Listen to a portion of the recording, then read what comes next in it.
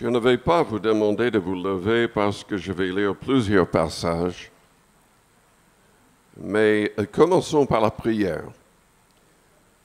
Ce matin, je vais parler de l'importance de porter du fruit dans nos vies.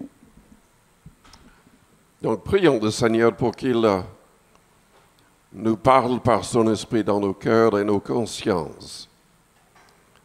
Père Céleste, nous te louons, nous te bénissons pour ta parole qui nous guide, pour ton esprit qui nous guide. Seigneur, parle dans nos cœurs, parle dans nos consciences. Aide-nous, Seigneur, à te plaire en toutes choses. Que nous soyons de vrais disciples, des gens utilisés pleinement sous le contrôle de ton Esprit Saint. Et sois glorifié au milieu de nous ce matin. Au nom de Jésus-Christ. Amen.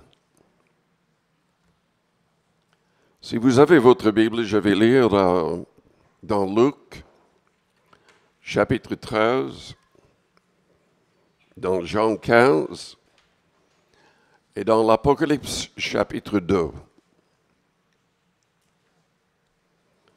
Dans Luc 13, je vais commencer au verset 6. Le Seigneur Jésus est en train de parler ici. Il dit aussi cette parabole. Un homme avait un figuier planté dans sa vigne. Il vint pour y chercher du fruit. Il n'en trouva point. Alors il dit au vigneron, « Voilà 3 ans que je viens chercher du fruit à ce figuier, et je n'en trouve point. Coupe-le. Pourquoi occupe-t-il la terre inutilement? » Le vigneron lui répondit, « Seigneur, laisse-le encore cette année. Je creuserai tout autour, j'y mettrai du fumier, peut-être à l'avenir donnera-t-il du fruit, sinon tu le couperas. » Dans Jean 15,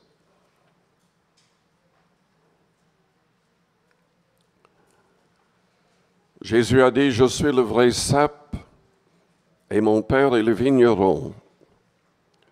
Tout sarment qui est en moi et qui ne porte pas de fruit, il le retranche. Et tout sarment qui porte du fruit, il émonde afin qu'il porte encore plus de fruits. Déjà, vous êtes purs à cause de la parole que je vous ai annoncée. Demeurez en moi, et je demeurerai en vous. Comme le sarment ne peut de lui-même porter du fruit, s'il ne demeure attaché au cep, ainsi vous ne le pouvez non plus, si vous ne demeurez en moi. Je suis le cep, vous êtes les sarments. Celui qui demeure en moi et en qui je demeure porte beaucoup de fruits, car sans moi, vous ne pouvez rien faire. Si quelqu'un ne demeure pas en moi, il est jeté dehors, comme le sarment, et il sèche. Puis on ramasse les sarments, on les jette au feu, et ils brûlent. Dans l'Apocalypse chapitre 2,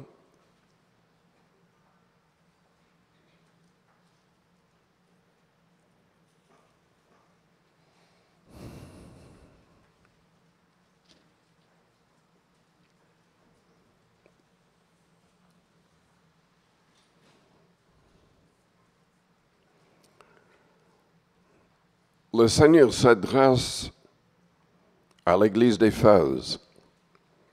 C'est une église qui a été commencée par l'apôtre Paul, qui a prié pour 12 hommes qui ont été baptisés du Saint-Esprit. C'est mentionné dans Acte 19. Paul est resté avec ces hommes pendant 2 ans. Ils ont évangélisé, Paul enseignait chaque jour dans une maison, formé les disciples. Et ces disciples sont arrivés à évangéliser tous leurs mineurs en 2 ans. Ça ne veut pas dire que tous se sont convertis, mais tous connaissaient pleinement le message de l'Évangile. Malheureusement, avec le temps, cette Église n'évangélisait plus, en tout cas, non pas de la même manière.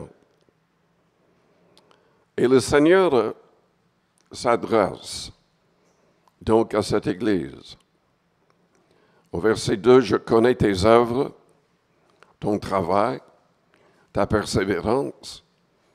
Je sais que tu ne peux supporter les méchants, que tu as éprouvé ceux qui se disent apôtres et qui ne le sont pas, et que tu les as trouvés menteurs, que tu as de la persévérance, que tu as souffert à cause de mon nom, et que tu ne t'es point lassé, mais ce que j'ai contre toi, c'est que tu as abandonné ton premier amour, c'est-à-dire l'amour pour les âmes, pour l'évangélisation. Souviens-toi donc d'où tu es tombé, repens-toi et pratique tes premières œuvres. Sinon, je viendrai à toi et j'ôterai ton chandelier de sa place, à moins que tu ne te repentes. Je voudrais vous encourager ce matin à tout faire pour sauver votre âme. C'est Jésus qui sauve. Et la clé, c'est de rester avec le Christ. C'est de rester attaché au Seigneur. C'est le fait de demeurer en Christ, comme il a dit dans Jean 15. Car sans lui, nous ne pouvons rien faire. Sans l'aide de son esprit, nous ne pouvons pas rester debout spirituellement. Sans son esprit, nous n'arriverons pas à porter beaucoup de fruits. Il y a 2 sortes de fruits selon la Bible. Il y a le fruit de l'esprit, mentionné dans Galates 5, au verset 22. Le fruit de l'esprit, c'est l'amour, la joie, la paix, la patience, la bonté, la bénignité, la fidélité, la douceur, la tempérance, qui est traduit aussi par la maîtrise de soi. Le Saint-Esprit nous donne une pleine victoire sur les œuvres de la chair. Juste avant, Paul avait mentionné ces mauvaises œuvres de la chair. Il a dit, marchez selon l'Esprit et vous n'accomplirez pas les désirs de la chair. Les œuvres de la chair sont manifestes. Ce sont l'impudicité ou la fornication, c'est-à-dire l'immoralité sexuelle, l'impureté au niveau du corps ou de l'esprit, des pensées, la dissolution, l'idolâtrie, la magie, c'est-à-dire l'occultisme, les inimitiés, les querelles, les jalousies, les animosités, les disputes, les divisions, les sectes, l'envie, l'ivrognerie, les excès de table et les choses semblables, comme la cigarette, la drogue, etc. Je vous dis d'avance, comme je l'ai déjà dit, que ceux qui commettent de telles choses n'hériteront point le royaume de Dieu. Le Saint-Esprit nous aide à vaincre ces problèmes. Le verset 24 dit, « Ceux qui sont à Jésus-Christ ont crucifié la chair avec ses passions et ses désirs. Mais il y a aussi le fruit du juste. Dans Proverbe 11, verset 30, la Bible dit que le fruit du juste est un arbre de vie, le sage s'empare des âmes. Jésus, dans Jean 15, parlait surtout de cette sorte de fruit, parce qu'il avait choisi ses apôtres pour les envoyer porter du fruit. Pour porter le fruit de l'esprit, on n'a pas besoin de se déplacer.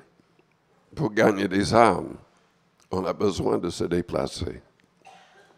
Et Jésus voulait que ses disciples aillent dans le monde entier afin de former des disciples parmi toutes les nations.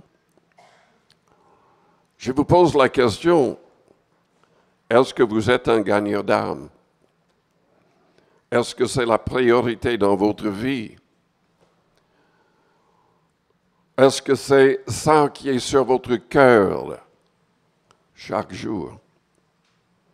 Est-ce que vous cherchez à ce que le Saint-Esprit vous conduise vers des gens qui sont ouverts pour recevoir le Christ?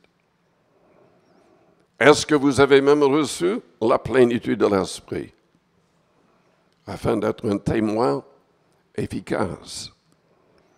Il y aura toujours le parler en langue comme signe si on est baptisé du Saint-Esprit. Et nous devrions même adorer Dieu chaque jour en langue. Parce que plus on priera en langue, plus nous serons édifiés, fortifiés et utilisés pour gagner des âmes. Nous avons une responsabilité devant Dieu. De la même manière que Dieu a parlé à Ézéchiel, cette responsabilité nous incombe aussi. Ézéchiel 33, verset 7. Toi, fils de l'homme, je t'ai établi comme sentinelle sur la maison d'Israël.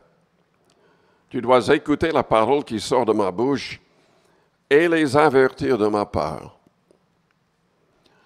Déjà, il faudrait être une personne spirituelle pour écouter le Seigneur. Jésus-Christ a dit, mes brebis connaissent ma voix et elles me suivent.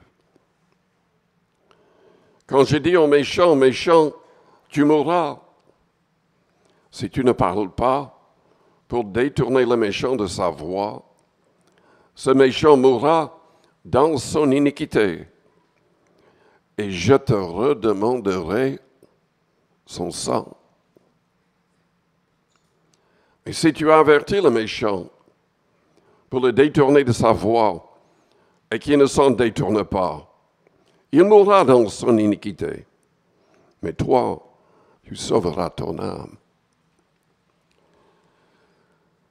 Paul a dit dans Philippiens 2, verset 12, « Travaillez à votre salut avec crainte et tremblement. » Nous avons toutes sortes d'avertissements. Nous devons porter du fruit. Et nous devons devenir le vrai disciple afin de porter du fruit. Dans 2 Corinthiens, chapitre 5, à partir du verset 14, Paul souligne le fait que les vrais croyants, les vrais disciples du Christ, ne devraient plus vivre pour eux-mêmes, mais pour celui qui est mort et ressuscité.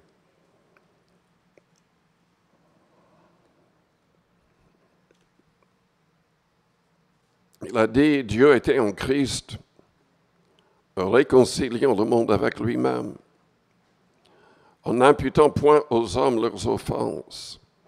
Et il a mis en nous la parole de la réconciliation. Nous faisons donc les fonctions d'ambassadeur pour Christ. C'est plus important que votre travail. C'est plus important que tout dans la vie. Dieu a placé en nous sa parole.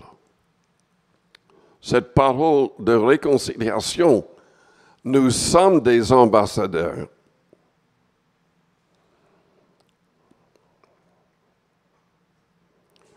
Nous faisons donc les fonctions d'ambassadeurs pour Christ, comme c'est Dieu exhorté par nous. Nous vous en supplions, au nom de Christ, soyez réconciliés avec Dieu.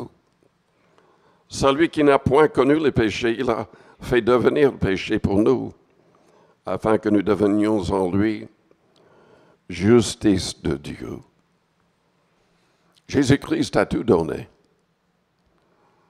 Il n'a pas vécu pour lui-même.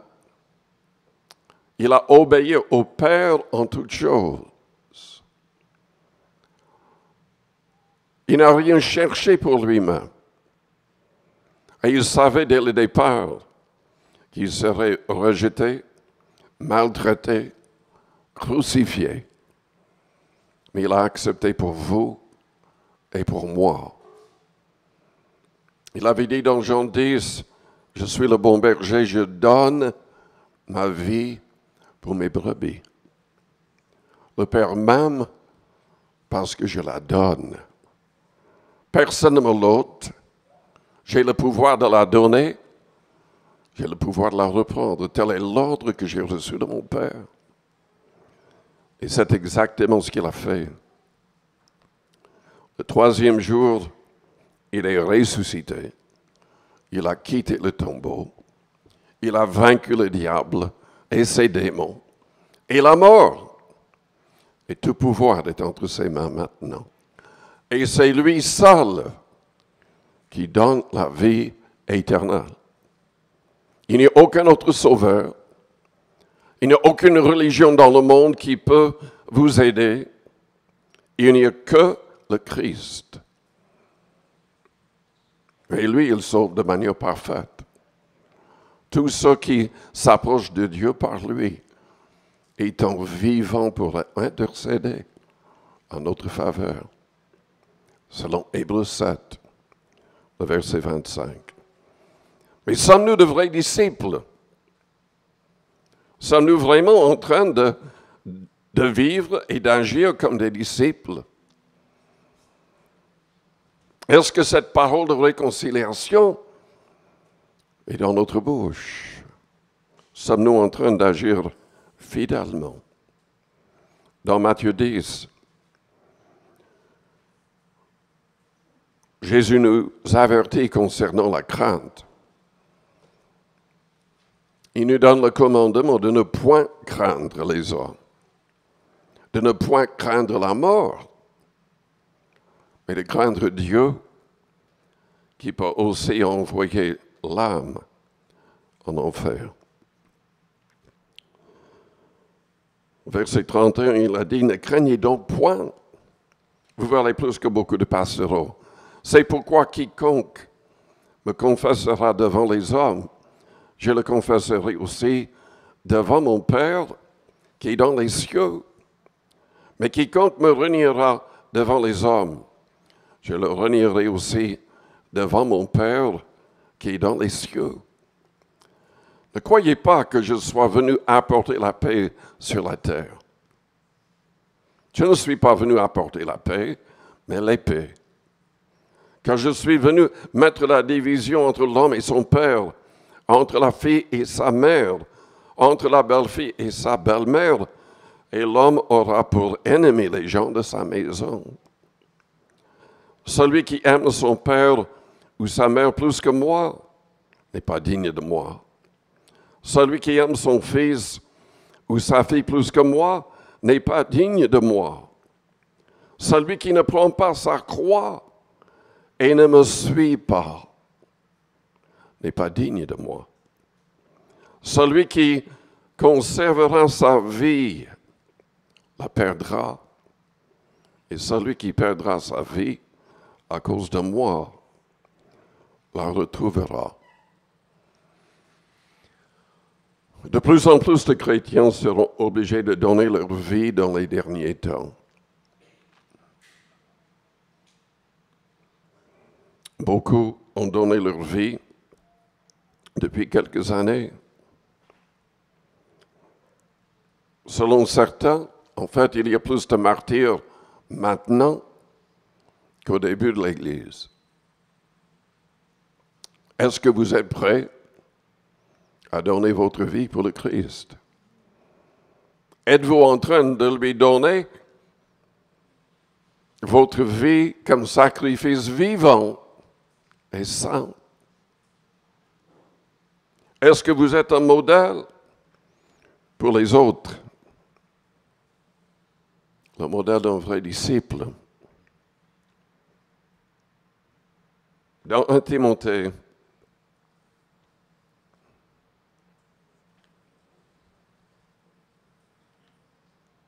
chapitre 4, Paul a dit à Timothée qui était jeune, mais engagé pour annoncer l'Évangile, il lui a dit que personne ne méprise ta jeunesse, mais sois un modèle pour les fidèles, en parole, en conduite, en charité, en foi, en pureté, jusqu'à ce que je vienne. Applique-toi à la lecture, à l'exhortation, à l'enseignement. Ne néglige pas le don qui est en toi et qui t'a été donné par prophétie avec l'imposition des mains de l'Assemblée des Anciens. Occupe-toi de ces choses. Donne-toi tout entier à elles, afin que tes progrès soient évidents pour tous. Veille sur toi-même et sur ton enseignement. Persévère dans ces choses, car en agissant ainsi, tu te sauveras toi-même et tu sauveras ceux qui t'écoutent. Avec ma femme, nous venons de passer du temps aux États-Unis dans le contexte d'une conférence missionnaire. Il y avait plus de 800 missionnaires rassemblés pour partager leurs expériences, des messages de la parole, et afin de prier pour 74 personnes qui viennent d'être choisies par le Saint-Esprit et qui seront envoyées par les églises comme missionnaires partout dans le monde. Donc 74 nouveaux missionnaires. Et c'était magnifique d'entendre les témoignages. Mais pendant la conférence, quelque chose a été souligné. Nous ne devrions pas trop penser au succès passé. Que 12 000 ou 12 millions de personnes se convertissent. Alléluia. Mais nos yeux devraient être fixés sur le grand nombre qui ne connaissent pas le Seigneur, qui ne connaissent pas le Seigneur.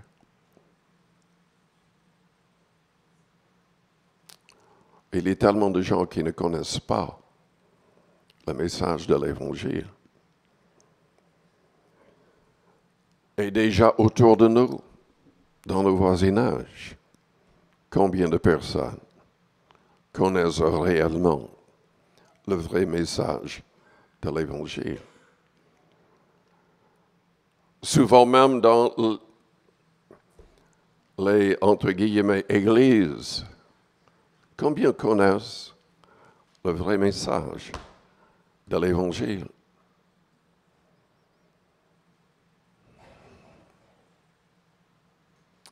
Dieu nous appelle tous à recevoir la plénitude de l'Esprit et à aller annoncer le message. Dans Acte 4, quand l'Église a été menacée, les apôtres ont été menacés de mort, ils ne devaient plus mentionner le nom de Jésus selon les autorités. L'Église n'a pas demandé la protection de Dieu.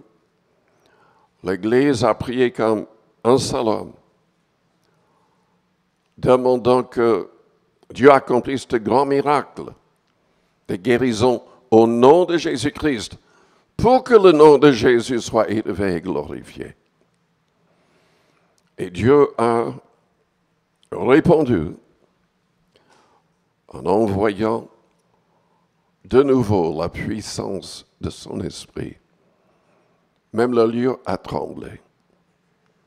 Et la Bible dit que tous, pas uniquement les apôtres, mais tout le monde, tous sont partis annoncer l'Évangile avec assurance.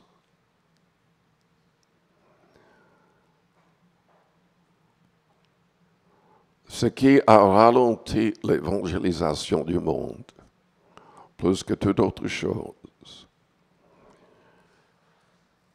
était la fausse idée que Dieu voulait travailler uniquement au travers d'un petit nombre de personnes.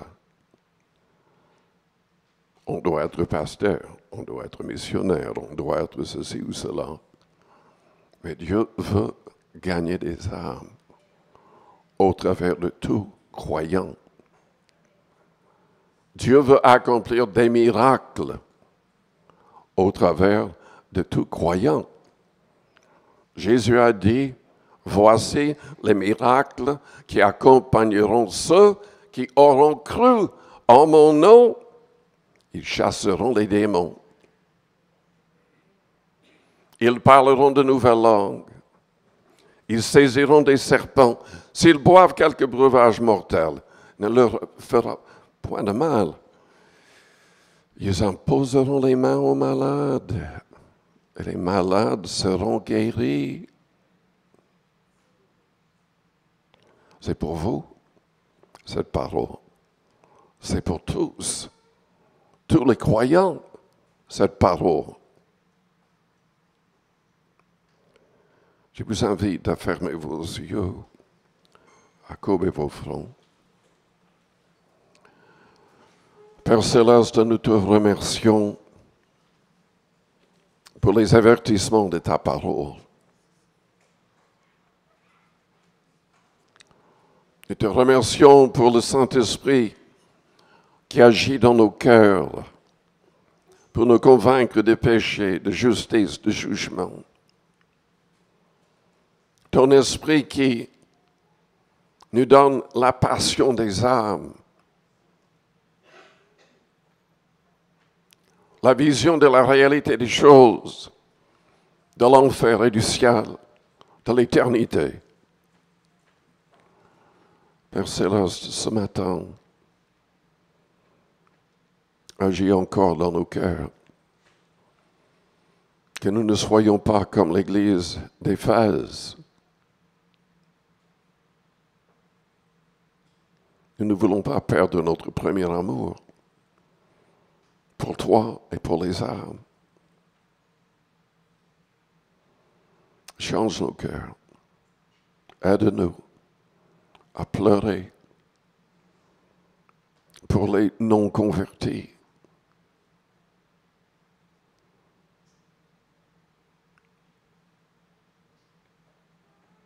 Aide-nous, Père, à persévérer dans la prière pour recevoir la plénitude de l'Esprit et pour être guidé chaque jour par ton Esprit, afin de pouvoir vaincre le diable, le péché, afin de pouvoir gagner des âmes.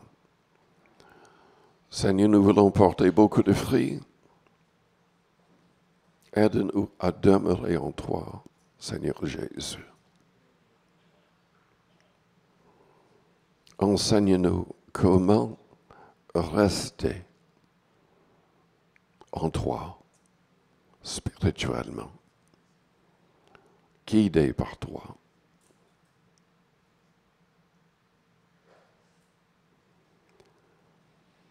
Pendant que les yeux restent fermés, les fronts courbés, peut-être que vous êtes là ce matin, vous n'avez jamais vraiment donné votre cœur, votre vie au Seigneur, dans le sens de devenir un vrai disciple.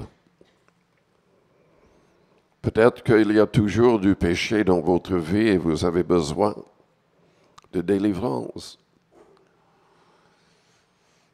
Si ce matin vous voulez être un vrai disciple, vous voulez être libéré du pouvoir du péché,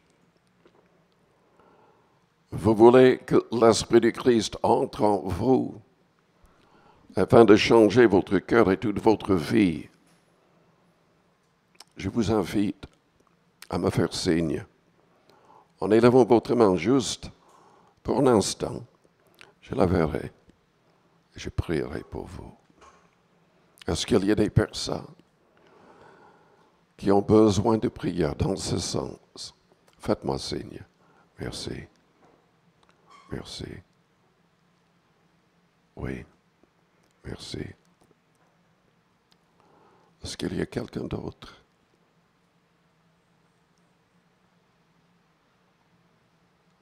Vous avez besoin de prière.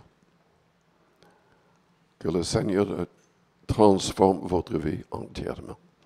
Merci. Merci. Je vous invite à répéter une prière après moi. Que toute l'Église répète la prière pour aider les personnes qui veulent se mettre en règle. Père, je place toute ma confiance en toi. Tu n'as pas épargné ton propre Fils. Tu l'as livré pour nous tous. Et je confesse que Jésus est le Fils de Dieu, le seul vrai Sauveur du monde.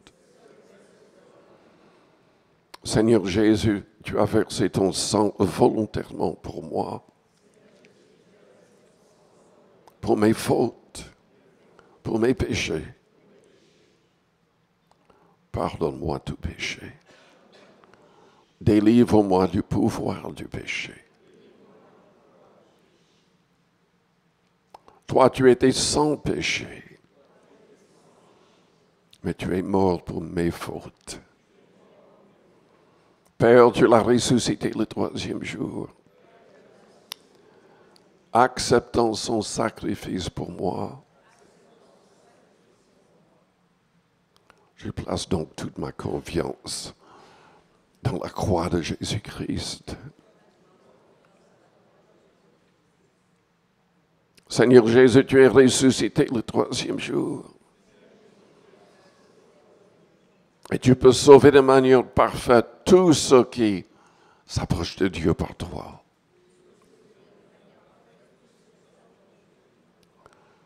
Je te demande de me délivrer du pouvoir du péché. Remplis-moi du Saint-Esprit. Aide-moi à être un vrai disciple. Que je puisse porter le fruit de l'Esprit et le fruit du juste.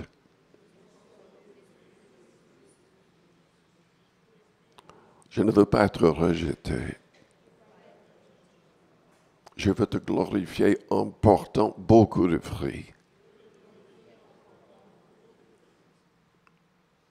Au nom de Jésus-Christ. Maintenant, priez à votre manière.